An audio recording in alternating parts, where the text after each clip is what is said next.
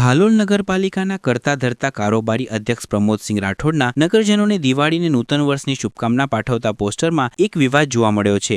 આ પોસ્ટરમાં ભારતીય જનતા પાર્ટીના હાલના પ્રદેશ પ્રમુખ જગદીશ વિશ્વકર્માની તસવીરના સ્થાને પૂર્વ પ્રદેશ પ્રમુખ સી.આર. પાટીલની તસવીર મૂકવામાં આવતા ભાજપ દ્વારા નવા પ્રદેશ પ્રમુખની કરવામાં આવેલી જાહેરાત અંગે પાલિકાના કારોબારી અધ્યક્ષ અજાણ છે કે નવા પ્રદેશ પ્રમુખનું ઇરાદાપૂર્વક જાહેર અપમાન કરવામાં આવ્યો છે તે અંગેની ચર્ચાઓ શરૂ થઈ છે।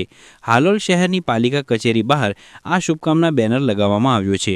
આ બેનરમાં એક તરફ પીએમ મોદી, ગૃહ રાજ્યમંત્રી અમિત શાહ, સીએમ ભૂપેન્દ્ર પટેલ સાથે સી.આર. પાટીલનો ફોટો છે, તો બીજી તરફ હાલોલ ધારાસભ્ય, પંચમહાલ જિલ્લા સહકારી સંઘના ડિરેક્ટર, હાલોલ પાલિકા પ્રમુખ સાથે તેમનો પોતાનો ફોટો મૂકવામાં આવ્યો છે। આ ભૂલ દેખાતા પાર્ટી કાર્યકરો સહિત નગરજનોમાં આશ્ચર્ય અને ચર્ચા ફેલાઈ છે। સ્થાનિક નાગરિકો અને રાજકીય વર્ગમાં પણ આ મામલો ચર્ચાનો વિષય બની ગયો છે।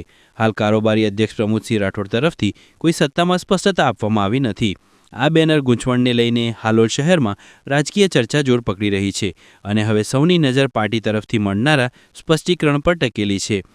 Halol bureau chief jasmine Shah, Halol.